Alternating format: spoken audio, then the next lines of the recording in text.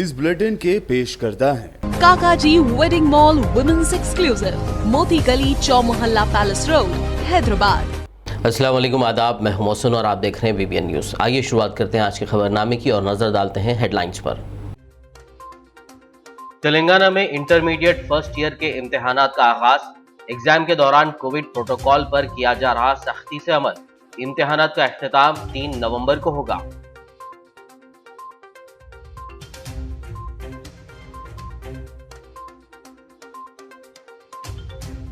हैदराबाद हाईटेक्स में मुनक्किद हुआ TRS party का प्लीनरी इजलास। के चंद्रशेखर राव 9वीं मर्तबा पार्टी के सदर मुंतखब।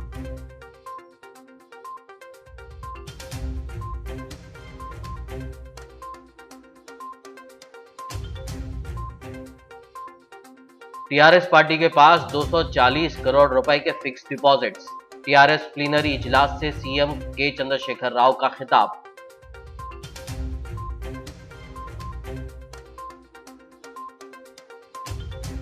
टीम इंडिया में से सिर्फ मोहम्मद शमी को निशाना बनाना मुसलमानों के खिलाफ नफरत की अलामत। हैदराबाद में असदुद्दीन ओवैसी का प्रेस कॉन्फ्रेंस से खिताब।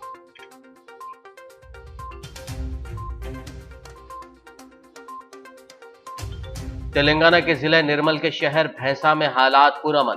दफा 144 नाफिज। दलित खवातीन ने एहतजाज करते हुए मुलजिम के खिलाफ सख्त कार्रवाई का किया मुतालबा।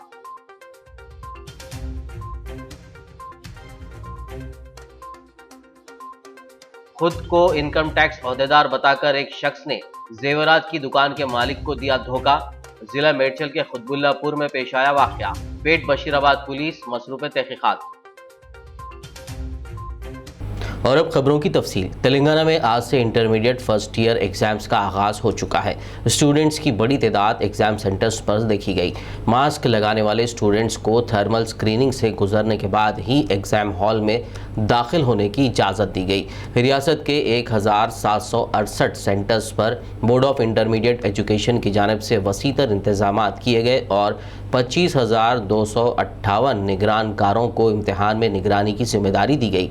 इम्तिहानात का इख्तिताम 3 नवंबर को होगा। वाज़ेह हो के जारिया साल मार्च में कोरोना लहर की वजह से इंटरमीडिएट फर्स्ट ईयर के इम्तिहानात मुनक्किद नहीं हो सके थे, जिसके बाद स्टूडेंट्स को सेकेंड ईयर में प्रमोट कर दिया गया था।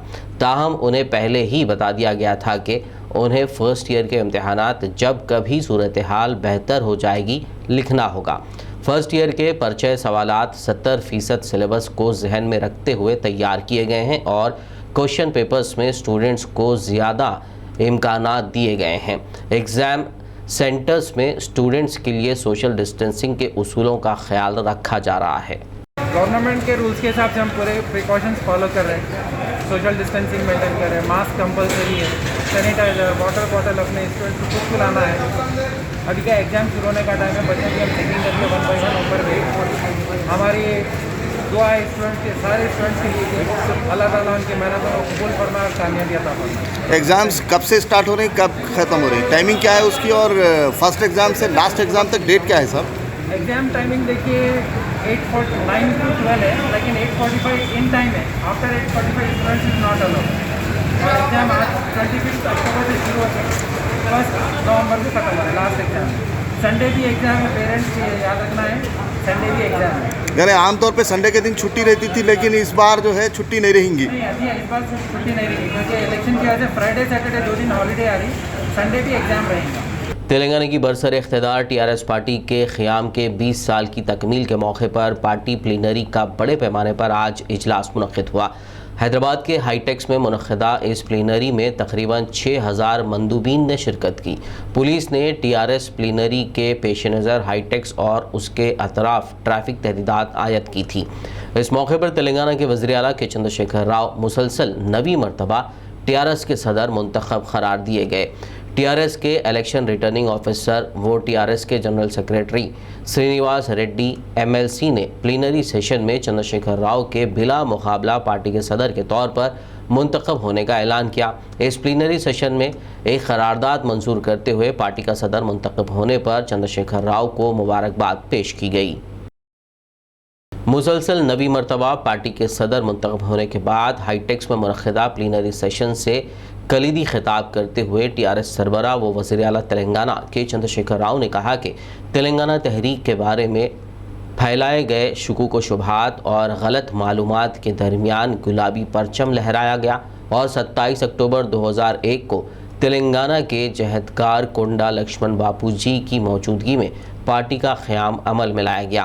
इस मौके पर केसीआर ने उन्हें मुत्तफ़िक़ा तौर पर सदर मुंतखब करने पर तमाम का शुक्रिया भी अदा किया। उन्होंने कहा कि तेलंगाना तहरीक का आगाज़ चंद दोस्तों से हुआ। तहरीक आज़ादी में कई नाकामियों के बावजूद जिद्दोजहद नहीं रुकी। इस लड़ाई में ईमानदारी थी जिसकी वजह से कामयाबी मिली। उन्होंने इसी जज्बे और इस्तिक़ामत के साथ आगे बढ़ने पर जोर दिया और कहा कि हमने साबित किया है कि हम अदम तशद्दुद के तरीक़े से लड़ सकते हैं और जीत सकते हैं। उन्होंने कहा कि तेलंगाना की तश्कील से पहले कई तरह के गलत प्रोपेगेंडे फैलाए गए, ताहम इन 7 सालों में तमाम झूठे साबित हुए। उन्होंने कहा कि रियासत में दलित बंधु स्कीम के आगाज़ के बाद AP में भी टीआरएस के क़याम के लिए कई दरख्वास्तें मौसूल हो रही हैं। తెలంగాణ రాష్ట్ర ఏర్పాటు కావాలని మనం కోరినప్పుడు అనేక రకాలైనటువంటి అపోహలు సృష్టించారు, దుష్ప్రచారాలు చేశారు. తెలంగాణ వస్తే కారు చీకటైపోద్దని, నక్సలైట్ల రాజ్యం వస్తుందని, ఇక్కడ అసలు బతకలేని పరిస్థితులు ఉంటాయని, తెలంగాణ వాళ్ళకు పరిపాలన చేత కాదని, వ్యవసాయం కుంటుపడుతుందని, తెలంగాణ భూములన్నీ తరలిపోతాయి, మొత్తం అంతా ధరలు పడిపోతాయని, ఇక్కడి నుంచి పరిశ్రమలు తరలిపోతాయని నానా రకాల దుష్ప్రచారం చేశారు. కానీ జరిగింది ఏమిటి? ఈరోజు చాలా గర్వంగా మనం చెప్పే గణాంకాలు కావు, లెక్కలు మనవి కావు, భారత ప్రభుత్వ ఆర్థిక మంత్రిత్వ శాఖలో ఉండేటువంటి స్టాటిస్టికల్ డిపార్ట్మెంట్ పీరియాడికల్గా వెలువరించేటువంటి లెక్కలలోనే అనేక రంగాలలో తెలంగాణ భారతదేశంలో అగ్రగామిగా ఉంది. అనేక రంగాలలో, 1-2 రంగాలలో కాదు. మొట్టమొదటి తొలి దశ వ్యవసాయ విప్లవానికి శ్రీకారం చుట్టినటువంటి పంజాబ్ రాష్ట్రాన్ని తలదన్ని 3 కోట్ల టన్నుల వరి ధాన్యాన్ని ఉత్పత్తి చేస్తూ ఉంది నా తెలంగాణ నేడు. ఇది ప్రూవెన్ ఫ్యాక్ట్. కేంద్ర ప్రభుత్వం FCI మీరు పండించే పంటను మేము తీసుకోలేము అనే లెవెల్ దాకా వ్యవసాయ ఉత్పత్తులను సాధిస్తూ ఉన్నది. ఇది 7 ఏళ్ల తెలంగాణ సాధించిన ఘనత. భారతదేశంలో విద్యుత్తు తలసరి వినియోగంలో అంధకార బంధురమైపోద్దని ఆనాడు శాపాలు పెట్టిన పెద్దల సాక్షిగా పర్ క్యాపిటా యూటిలైజేషన్ అంటే తలసరి విద్యుత్ వినియోగంలో నంబర్ 1 స్టేట్ ఏది తెలంగాణలో అంటే తెలంగాణ రాష్ట్రం అని చెప్పి మనం చేస్తా ఉన్నాం. పర్ క్యాపిటా పవరే కాదు, పర్ క్యాపిటా ఇన్కమ్ ఆదాయంలో కూడా తెలంగాణ మొదటి 1-2 రాష్ట్రాలతో సమానంగా ఉందని చెప్పి మనం చేస్తా ఉన్నాం. కరోనా లాంటి మహమ్మారి పీడించినా ఆ పరిస్థితులను అధిగమించి 90 రోజులు మనం లాక్డౌన్లో ఉన్నా వాటన్నిటిని కూడా అధిగమించి 11.5% గ్రోత్తోని దేశంలోనే టాప్ స్టేట్గా ఆర్థిక రంగంలో తెలంగాణ పురోగమిస్తుందని నేను సంతోషంగా సగర్వంగా మీ అందరికీ తెలియజేస్తున్నాను. तेलंगाना के वज़ीर आला व सदर टीआरएस के चंद्रशेखर राव ने कहा है कि टीआरएस माली तौर पर भी काफ़ी मजबूत है। टीआरएस को 240 करोड़ रुपए के फिक्स डिपॉजिट्स के अतियात वसूल हुए हैं। पार्टी की सरगर्मियां कानूनी तौर पर हासिल करदा अतियात के जरिए जारी रहती हैं। हर माह फिक्स डिपॉजिट के जरिए पार्टी को 2 करोड़ रुपए आते हैं। 31 अजला में पार्टी दफातर तामीर किए गए हैं। हैदराबाद और वरंगल में भी पार्टी दफातर तामीर किए जाएंगे। CM KCR ने कहा कि हम हर हल्के में पार्टी दफातर कायम करेंगे। ఇవాళ టీఆర్ఎస్ ఆర్థికంగా కూడా చాలా బలమైన శక్తిగా ఎదిగింది. విరాళాల రూపంలో చట్టబద్ధమైన పద్ధతిలో భారతదేశవ్యాప్తంగా అన్ని పార్టీలకు ఏ విధంగా విరాళాలు సమకూరుతాయో ఆ రకంగా మనకు సమకూరినటువంటి విరాళాలు ఫిక్స్డ్ డిపాజిట్ల రూపంలో 425 కోట్ల రూపాయలు నేను మనవి చేస్తా ఉన్నా. వాటి మీద నెలకు 2 కోట్ల రూపాయలు మనకు ఆదాయం వస్తూ ఉంది. దాంతోనే మనం ముందుకు కొనసాగుతూ ఉంటాం, మన కార్యకలాపాలు కొనసాగిస్తూ ఉంటాం. 32 జిల్లాలకు 33 జిల్లాలలో 31 జిల్లాలలో మన పార్టీ కార్యాలయాల నిర్మాణం అయినాయి, ప్రారంభానికి సిద్ధంగా ఉన్నాయి. హైదరాబాద్లో కొత్తగా ఏర్పడ్డ వరంగల్ జిల్లాలో స్థలాలు ఫైనల్ చేస్తూ ఉన్నారు. అతి త్వరలోనే ఆ కార్యాలయాలు కూడా నిర్మాణం పూర్తి చేస్తాం. टीआरएस के प्लीनरी सेशन के सिलसिले में शहर हैदराबाद के मुख्तलिफ मकामात पर लगाए गए फ्लेक्सी बोर्ड्स के खिलाफ बीजेपी ने जीएचएमसी के डिजास्टर रिस्पांस ऑफिस के सामने एहतजाज किया. जाफरानी जमात के कारकुनों ने इन फ्लेक्सी बोर्ड्स को फौरी हटाने का मुतालबा किया. इस एहतजाज के नतीजे में कुछ देर के लिए कशीदगी फैल गई. बीजेपी के कारकुनों ने टीआरएस के खिलाफ नारेबाजी भी की. आपको मालूम है कि कभी भी हमारे भारतीय जनता पार्टी का फंक्शन था तो हैदराबाद में जितने भी फैसला लगाए 1 घंटे में पूरा निकाल दिए. हो आज उनका 20वां उनका जो चल रहा था टीआरएस का जो डे चल रहा है उनका 20 ईयर्स का, आज पूरे हैदराबाद में पूरे फिक्शन लगाए, वो निकालने वाला कोई भी नहीं है. मैं पूछना चाहता हूँ मुख्यमंत्री से, ये दोहरा क्यों कर रहे सा? क्या हमारा नेशनल पार्टी नहीं है क्या हमारा? मैं फिर भी जो अधिकारी है उनसे मैं रिक्वेस्ट करता हूं कि जल्दी से जल्दी उनके भी फैसला निकालिए और स्टेट को न्याय करिए. मैं देवर कर्नाकर का धन्यवाद देता हूं जिन्होंने बुला के फंक्शन किया है. मजलिस इत्तेहादुल मुस्लिमीन के सदर और रुकन पार्लियामेंट हैदराबाद बैरिस्टर असदुद्दीन ओवैसी ने आज हैदराबाद में पार्टी के हेडक्वार्टर दारुस्सलाम में मीडिया कॉन्फ्रेंस से खिताब किया. इस दौरान उन्होंने कहा कि गुज़िश्ता रोज़ मुनक़्क़िदा भारत पाकिस्तान क्रिकेट मैच के बाद फास्ट बॉलर मोहम्मद शमी को निशाना बनाया जा रहा है. ये दिखाता है कि मुल्क में नफरत कितनी बढ़ गई है. देखिए, जहाँ तक मेरी बात है, मैं तो ये कहा था कि ये मैच ही नहीं खेलना चाहिए हमको पाकिस्तान से, क्योंकि हमारे सिपाही कश्मीर में मर रहे हैं और उनकी हत्या का कारण पड़ोसी देश से आने वाले टेररिस्ट हैं. मैं तो ओपनली कहा था सरकार से, मैं तो ये भी सरकार से सवाल किया, मोदी सरकार से, कि क्या वो उन पीड़ित परिवार से कहेंगे जिन्होंने अपने बहादुर सिपाहियों को कहा कि आप भी कल क्रिकेट मैच देखिए. अब रहा सवाल जहाँ तक कि मोहम्मद शमी को निशाना बनाया जा रहा है कल के क्रिकेट मैच की हार का, ये तो ये बताता है कि फ़िरक़ा परस्ती, रेडिकलाइजेशन और हेट्रेड मुस्लिम्स के ताल्लुक से कितना बढ़ चुका है. एक टीम में 11 खिलाड़ी होते हैं, 11 खिलाड़ी में एक मुसलमान होता है, तो आप उसको टारगेट कर रहे हैं लोग. भाई, खेल में तो जीत हार होती है ना, कोई टीम जीतती है कोई हारती है. तो इसमें एक मोहम्मद शमी को टारगेट करना ये बताता है कि हेट्रेड, रेडिकलाइजेशन और कम्युनलाइजेशन कितना बढ़ चुका है और कौन फैला रहा है इसको. ये तो जवाब देना पड़ेगा. क्या बीजेपी की सरकार कंडेम करेंगी उन लोगों को जो आज 11 में से एक प्लेयर को जो सोशल मीडिया पर उसको ट्रोल किया जा रहा है, उसको अनाप शनाप उसके बारे में बकवास बका जा रहा है? ये शर्म की बात है, अफसोस की बात है. वो तो इंडिया की टीम के लिए खेल रहा था ना. तेलंगाना के ज़िले निर्मल के शहर भैंसा में कल पेश आए वाक़े के बाद हालात पुरअमन हैं और वहां दफ़ा 144 नाफिज कर दी गई है. आज बाजार और दुकानें बंद देखी गईं, जबकि दलित ख़वातीन की बड़ी तादाद ने एहतजाज किया और डॉक्टर भीमराव अम्बेडकर के मुजस्समे को नुकसान पहुँचाने वाले शख्स के खिलाफ सख्त कार्रवाई का मुतालबा किया. इस दौरान पुलिस की जानिब से सख्त बंदोबस्त किया गया था. ఆయన మీద శిక్ష కఠినంగానే మీరు కోరుకున్న శిక్ష కంటే ఎక్కువ పెద్ద శిక్ష పడేలా మేము కూడా ప్రయత్నిస్తాము. అలాగే మన అంబేద్కర్ గారిది ఇక్కడ ఎందుకంటే మంచి విగ్రహం, పెద్ద విగ్రహం పెట్టడానికి కలెక్టర్ గారు చెప్పారు. మీరు ఒప్పుకుంటే మేము ఈరోజే అక్కడి నుంచి తెచ్చి పెట్టిస్తాం మరి విగ్రహం. లేదు మనము ఎక్కడో మన సంఘం సభ్యులు ఎక్కడో పూనాలో ఎక్కడో ఆర్డర్ ఇచ్చారట, మరి పూనా అన్న పోయి దాన్ని తొందరగా తెప్పించి ప్రయత్నం చేస్తాం. మీకు ఇంకేమైనా మీకు కావాలంటే నాకు చెప్పండి. शहर भैंसा में कल पेश आए वाक़े के पेश नज़र आज दहेगांव और दीगर इलाकों में दलित तबके की जानिब से एहतजाज किया गया. मुख्तलिफ मकामात पर रास्ता रोको एहतजाज की वजह से ट्रैफिक जैम हो गया. दहेगांव में लोगों ने सड़क पर बैठकर एहतजाज किया और मुलजिम के खिलाफ सख्त और जल्द कार्रवाई का मुतालबा किया.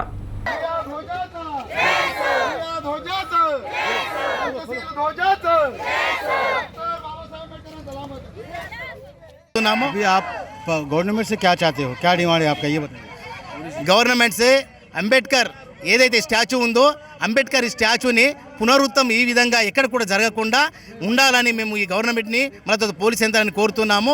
ఏదైతే పట్టపగలుగా అంబేద్కర్ స్టాచ్యూని దోషం చేయడం అనంటే దళితుల ఆత్మగౌరవాన్ని దెబ్బ కొట్టడం అనేది ఇది నిజంగా మేము చాలా కించంగా మేము ఫీల్ అవుతున్నాము. దయచేసి ఇక ముందు బాబాసాహెబ్ అంబేద్కర్ గారి స్టాచ్యూకు ఎలాంటి ఇబ్బంది కానివ్వకుండా చూస్తారని ఆశిస్తున్నాము. రాష్ట్ర ప్రభుత్వం ఏదైతే ఉందో దళితుల పైన ఏదైతే అన్యాయం జరిగితే వెంటనే వాళ్ళు అన్యాయానికి చూసి వెంటనే వాళ్ళకు శిక్షించాలని మేము కోరుతున్నాము. भैंसा बल्दिया के सदरनशीन मोहम्मद जाबिर अहमद ने एक वीडियो बयान जारी करते हुए भैंसा शहर में पेश आए वाक़े पर अपने गहरे रंजो गम का इजहार किया और भैंसा शहर में अमन व अमान की बरकरारी के लिए हिंदू मुसलमान और सभी को मुत्तहिद होकर रहने पर जोर दिया। इस वाक़े में मुलविस अफराद के खिलाफ सख्त कार्रवाई का तयख़ुन भी दिया। हमारी भैंसे की तारीख में आज तक नहीं हुआ, पहला वाक़या हुआ जिससे मैं बहुत रंज और गम में हूँ। मैं बोल नहीं सकता क्योंकि दलित और मुसलमान का नारा हमारे सदर साहब असदुद्दीन अवैसी साहब अब से नहीं कई ज़मानों से दे रहे हैं और अम्बेडकर जी का जो संविधान है वो उसके लिए हमारे सदर साहब हमेशा उसको आवाज़ पार्लियामेंट में हों तो कहीं भी उठाते हैं। मगर चंद ये ऐसे पागल लोगों से हमारे को तकलीफ हुई और मैं तमाम दलित भाइयों से गुजारिश करता हूँ कि इस वाक़े को कोई ऐसा डब्ल्यू भीमराव जी है और हमारे प्रसन्नजीत एडवोकेट है और हमारे डोंगरे भीमराव है और शंकर चंद्रे है, हमारे काउंसलर्स भी है गौतम बिंगले और हमारा खुद एक काउंसलर एससी का है राहुल, वो लोगों से भी मैं तमाम से गुजारिश करता हूँ ये चीज़ कोई मुसलमान से कुछ इससे वास्व नहीं है, वो पागल है। पुलिस जो भी कार्रवाई करती कोई मुसलमान उसमें बीच में आने वाला नहीं है और कोई बोलने वाला भी नहीं है क्योंकि पागल शख्स है। जिस तरीके से भी कानून में गुंजाइश है उसको बराबर सजा दिए। उसको खबरनामे में फिलहाल लेंगे एक ब्रेक, मुलाकात होगी इस छोटे से ब्रेक के बाद।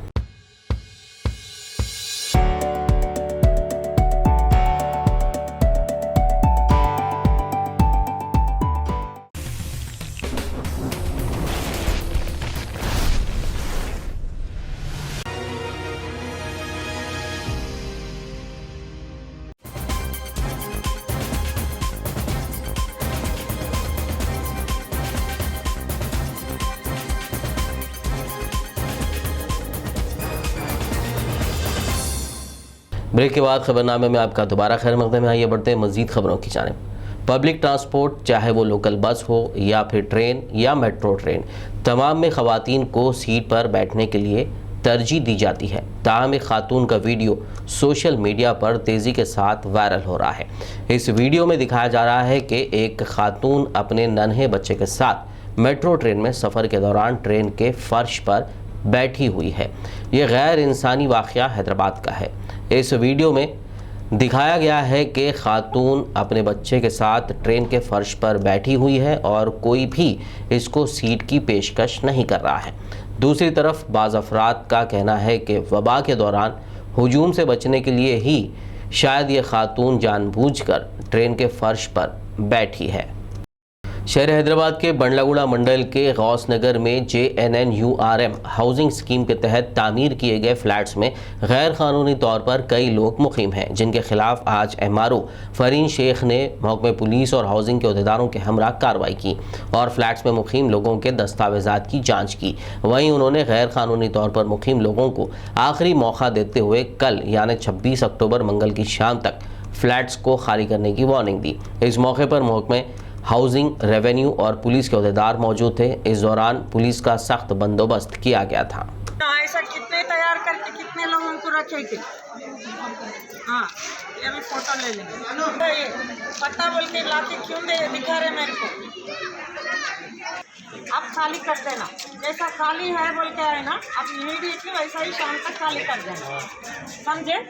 బండ్లగూడ మండలంలోని గౌస్ నగర్ ప్రాంతంలో సర్వే నంబర్ 82, 83లో JNNURM హౌసింగ్ స్కీమ్లో నిర్మించబడిన హౌసింగ్ స్కీమ్ లోపల చాలా వరకు ఫ్లాట్స్లో ఇల్లీగల్గా ఆక్యుపెంట్స్ రావటం జరిగింది. వారందరినీ కూడా ఖాళీ చేయమని 2-3 సార్లు వాళ్ళకు హెచ్చరికలు కూడా ఇవ్వటం జరిగింది. అయినా కూడా చాలామంది ఖాళీ చేయలేదు. కాబట్టి ఈరోజు మన సిఐ చాంద్రనారాయణ గుట్ట తర్వాత ఏఈ హౌసింగ్ గార్ల ఆధ్వర్యంలో రెవెన్యూ డిపార్ట్మెంట్ తో పాటు అందరం కూడా ఈ లీగల్ ఆక్యుపెంట్స్ని ఎవిక్ట్ చేయడానికి ఈరోజు ఇక్కడికి రావటం జరిగింది. అందరికీ కూడా ఒక చివరి అవకాశం ఇస్తూ ఈరోజు అంటే ఆల్రెడీ 3 సార్లు వాళ్ళకి హెచ్చరించడం జరిగింది కాబట్టి ఈరోజు చివరిగా అవకాశం ఇస్తూ రేపు సాయంత్రం వరకు ఇల్లీగల్ ఆక్యుపెంట్స్ అందరినీ ఖాళీ చేయమని చెప్పడం జరిగింది. आदिलाबाद ज़राई मार्केट यार्ड में कलेक्टर सीकता पटनायक की मौजूदगी में कपास खरीदारी का आगाज़ किया गया। इस मौके पर एडिशनल कलेक्टर नटराज, किसान समिति के सदर ए बोजा रेड्डी, मार्केट कमेटी यार्ड अहदेदारान और किसानों की कसीर तादाद मौजूद थी। ఈరోజు అక్టోబర్ 25 రోజు ఆదిలాబాద్ టౌన్లో మార్కెట్ యార్డ్స్ ప్రారంభం చేయడం జరిగింది. మనతో అందరూ రైతులు కూడా ఇక్కడ ఉన్నారు. సో అందరూ చాలా డీటెయిల్ డిస్కషన్ ఈరోజు జరిగింది. రైతులు చాలా కన్సర్న్స్ కూడా ఎక్స్ప్రెస్ చేశారు. మాయిశ్చర్ మీద, రేట్ మీద, ఇంకా పద్ధతి మీద కూడా చాలా క్వశ్చన్స్ రేస్ చేశారు. సో రైతులతో ఇంకా ట్రేడర్స్తో తర్వాత అందరూ ఆఫీసర్స్తో ఇక్కడ డిస్కషన్ చేసి మేము ఏం చెప్తున్నామంటే ఈసారి ప్రతి మిల్లో కూడా మన ఆఫీసర్స్ రొటేషన్లో ఉంటారు, డ్యూటీలో ఉంటారు. ఎక్కడైనా డిస్ప్యూట్ వస్తే మా ఆఫీసర్స్ అక్కడ రిజాల్వ్ చేస్తారు. అదనంగా ఇక్కడ ఒక హెల్ప్ లైన్ కూడా ఉంటుంది. హెల్ప్ లైన్లో కాల్ వస్తే వెంటనే మార్కెటింగ్ డిపార్ట్మెంట్ వాళ్ళు ఎంక్వైరీ చేసుకొని పరిష్కారం చేస్తారు. ఇంకా పోలీస్ డిపార్ట్మెంట్ వాళ్ళు కూడా ఇక్కడ ఉన్నారు. ఎక్కడైనా కంప్లైంట్ వస్తే వెంటనే యాక్షన్ తీసుకుంటారు. शहर हैदराबाद के तारीखी उस्मानिया जनरल हॉस्पिटल में चलता हुआ फैन टूटकर गिर पड़ा। बताया जा रहा है कि डर्मेटोलॉजी डिपार्टमेंट में यह हादसा पेश आया, जिसके नतीजे में ड्यूटी डॉक्टर के सर पर मामूली चोट आई। पंखे के गिरते ही करीब में मौजूद मरीज और उनके रिश्तेदारों में खौफ की लहर दौड़ गई। जिला मेडचल के खुतबुल्लापुर में खुद को इनकम टैक्स अहदेदार जाहिर करते हुए एक शख्स ने जेवरात की दुकान के मालिक को धोखा दे दिया। इस महीने की 31 तारीख को यह शख्स आई माता ज्वेलर्स की दुकान पर सोना खरीदने आया। इस शख्स ने 1,60,000 रुपए के सोने के जेवरात खरीदे। उसके बाद उसने कहा कि वो ऑनलाइन रकम ट्रांसफ़र कर देगा। आधे घंटे में उनके अकाउंट में नकद रकम जमा करने का यकीन दिलाकर वहां से वो चला गया। धोखेबाज ने 5,000 रुपए में एक कैब भी दिन भर के लिए बुक करवाई थी।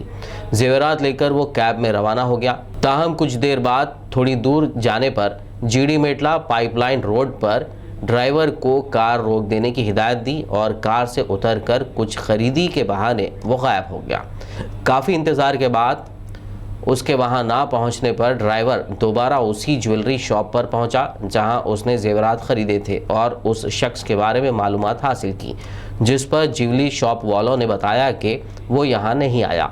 उसने 1,60,000 रुपए के जेवरात की रकम भी अदा नहीं की, जिस पर इस शख्स के खिलाफ पेट बशीराबाद पुलिस में शिकायत की गई है। पुलिस मसरूफ़ तहक़ीक़ात है। నా దగ్గర ఒక ఆయన వచ్చి నేను ఇన్కమ్ ట్యాక్స్ ఆఫీసర్, నాకు ఒక చైన్లు ఇది కావాలన్నాడు. 2 చైన్లు తీసుకుండు. 2 చైన్లుకి 30.360 వెయిట్ ఉంది. నేను లాస్ అయిన అది తీసుకోండి కాబట్టి దాని విలువ 1,60,000 ज़िले कामारेड्डी के बांसवाड़ा डिवीज़न में गांजा और ममनुआ गुटखा की फ़रोख्त और मुंतकिली में मुलविस अफराद के खिलाफ सख्त कानूनी कार्रवाई की DSP जयपाल रेड्डी ने वार्निंग दी है। टाउन CI रामाकृष्णा रेड्डी और रूरल CI चंद्रशेखर के हमरा एक प्रेस मीट से खिताब करते हुए उन्होंने कहा कि तेलंगाना को ड्रग्स फ्री स्टेट में तब्दील करने के लिए CM KCR की सख्त हिदायत के पेश नज़र रियासत भर में पुलिस सरगर्म हो गई है और ड्रग्स, गांजा व गुटखे के खिलाफ सख्त कार्रवाई की जा रही है। इस काम में मुलविस अफराद के खिलाफ PDA एक्ट के तहत मुकदमात दर्ज किए जा रहे हैं। ड्रग फ्री स्टेट का తెలంగాణ రాష్ట్రం అభివృద్ధిలో చెందాలని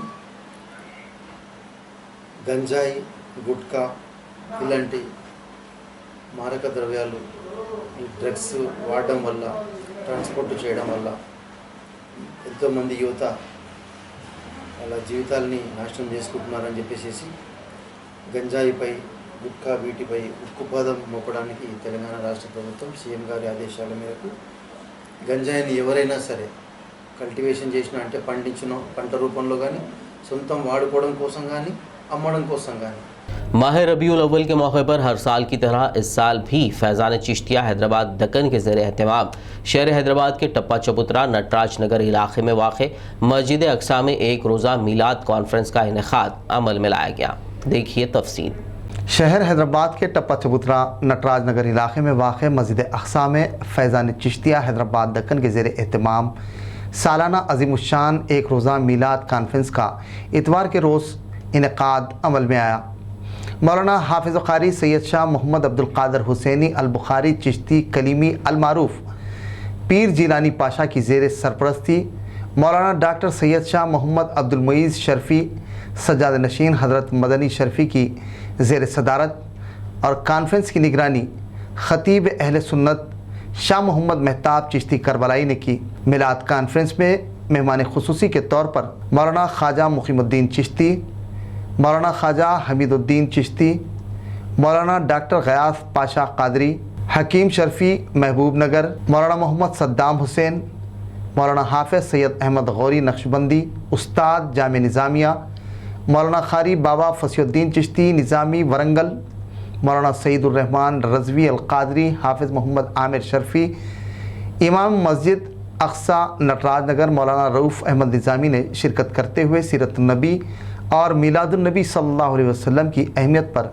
ईमान अफरोज़ खिताब फरमाया।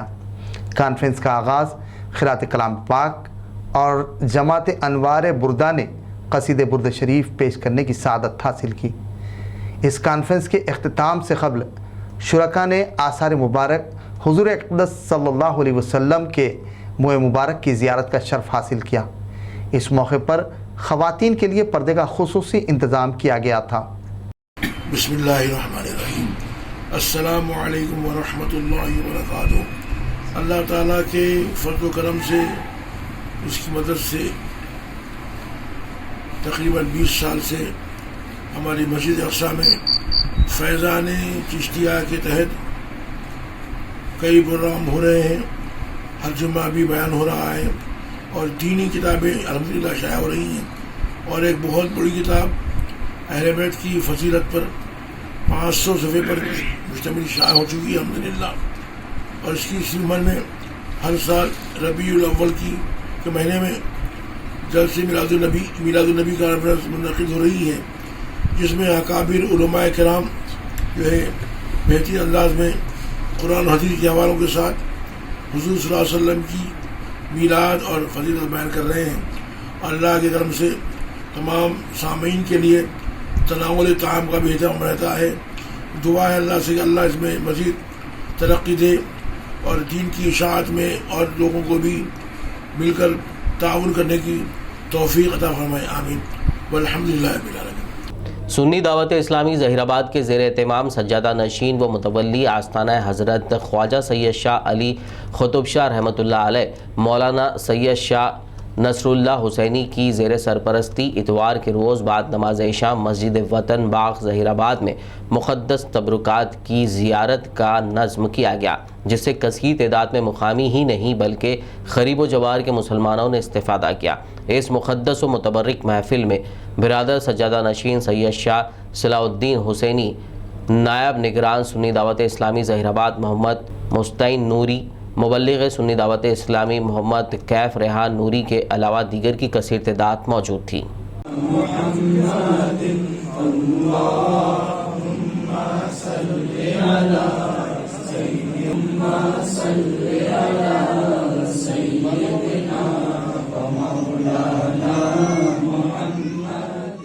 उर्दू ज़बान में जो चाशनी है वो किसी दूसरी ज़बान में नहीं। उर्दू एक सेक्युलर और कौमी यकजहती की ज़बान है, इसीलिए अपनी मादरी ज़बान को ज़िंदा रखना तमाम लोगों की ज़िम्मेदारी है। डॉक्टर मोहम्मद बहादुर अली मौलिफ प्रिंसिपल इस्लामिया कॉलेज वरंगल ने हनमकुंडा में वाक़े ज़ुबैर बुक स्टॉल के सेलार में मुनक़िदा उर्दू फ्री कोचिंग सेंटर का इफ्तिताम जान दिया और मोहम्मद ज़ुबैर गफूरी मालिक ज़ुबैर बुक स्टॉल्स की जानिब से इस फ्री उर्दू कोचिंग सेंटर का आगाज़ करने पर उन्हें मुबारकबाद दी।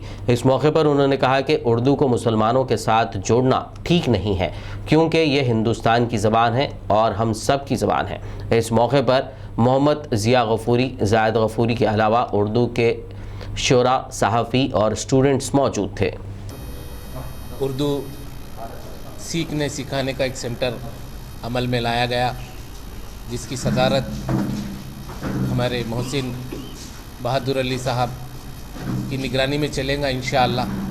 मैं आप तमाम हजरात से ख्वाहिश करता हूँ कि अपने दोस्त अहबाब के साथ, अपने क्लासमेट्स के साथ, अपने महल्लेदारी के साथ, अपने रिश्तेदारों के साथ, बग़ैर मज़हब व मिल्लत, चाहे वो हिंदू हो या क्रिश्चियन हो या सरदार जी हो या किसी भी मज़हब से ताल्लुक़ रखते हो, उनको कई लोग जो बेचैन हैं उर्दू सीखने के लिए, और हम इस मकसद, ये सेंटर का मकसद यही रहा कि सेंटर अमल में लाया गया।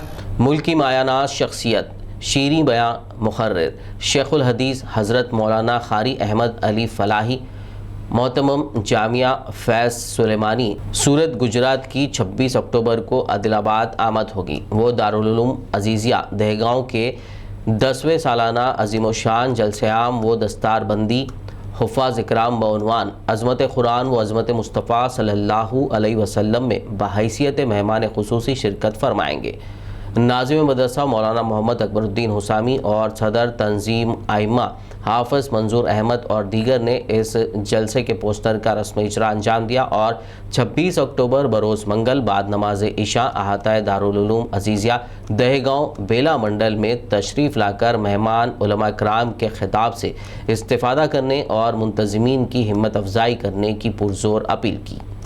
भूखों को खाना खिलाना इस्लामी तालीमात का अहम हिस्सा है। इन ख्यालात का इजहार जनता ऑटो यूनियन आदिलाबाद के सदर नुसरत खान ने रिम्स हॉस्पिटल में मुसाफिरों और अस्पताल में ज़ेर इलाज मरीज़ों के अफराद ख़ानदान में बिला लिहाज मज़हब व मिल्लत खाना पीने की अशिया तकसीम करने के मौके पर किया। इस मौके पर यूनियन के दीगर ज़िम्मेदारान शेख माजिद, शेख अल्ताफ़, जय दलित, गणेश, मुज्जू, अब्दुल मतीन, फसी, आसिफ, फेरोज़ और दीगर मौजूद थे। मैं जनता ऑटो यूनियन डिस्ट्रिक्ट प्रेसिडेंट की हैसियत से आदिलाबाद में रिम्स हॉस्पिटल में हम खाना खिला रहे हैं। इंशाअल्लाह हर संडे को खिलाएंगे, कोई भूखा नहीं रहेगा। इंशाअल्लाह आले पैमाने पे काम करेंगे और ये मेरी जो टीम है, ये टीम मिलके ये डोनेट कर रहे हैं हम। इंशाअल्लाह हर हफ्ते करते रहेंगे। ऑटो यूनियन की तरफ से यही काम नहीं, हर काम को अंजाम देते हैं हम और इंशाल्लाह देते रहेंगे। हमारे पास मज़हब धर्म की कोई ये नहीं है। इंशाल्लाह हम हर काम करते हैं और ये भी काम इंशाल्लाह हफ्ते को हफ्ता करते रहेंगे, हर किसी को भूखे को खिलाते रहेंगे। आखिर में एक नज़र हेडलाइंस पर। तेलंगाना में इंटरमीडिएट फर्स्ट ईयर के इम्तिहानात का आगाज। एग्जाम के दौरान कोविड प्रोटोकॉल पर किया जा रहा सख्ती से अमल। इम्तिहानात का अख्तिताम 3 नवंबर को होगा।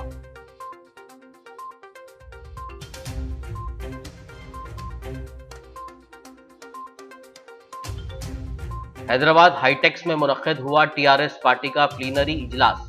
के चंद्रशेखर राव 9वीं मर्तबा पार्टी के सदर मुंतखब।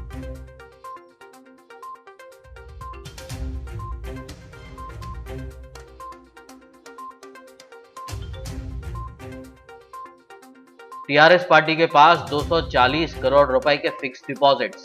टीआरएस प्लीनरी इजलास से सीएम के चंद्रशेखर राव का खिताब।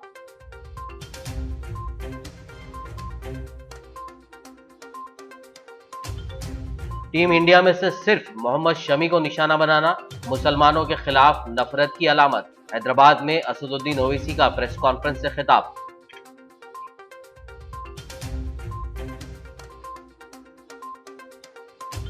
तेलंगाना के जिले निर्मल के शहर भैंसा में हालात पुरअमन। दफा 144 नाफिज।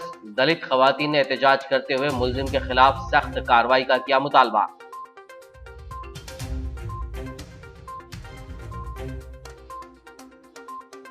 खुद को इनकम टैक्स ओहदेदार बताकर एक शख्स ने जेवरात की दुकान के मालिक को दिया धोखा।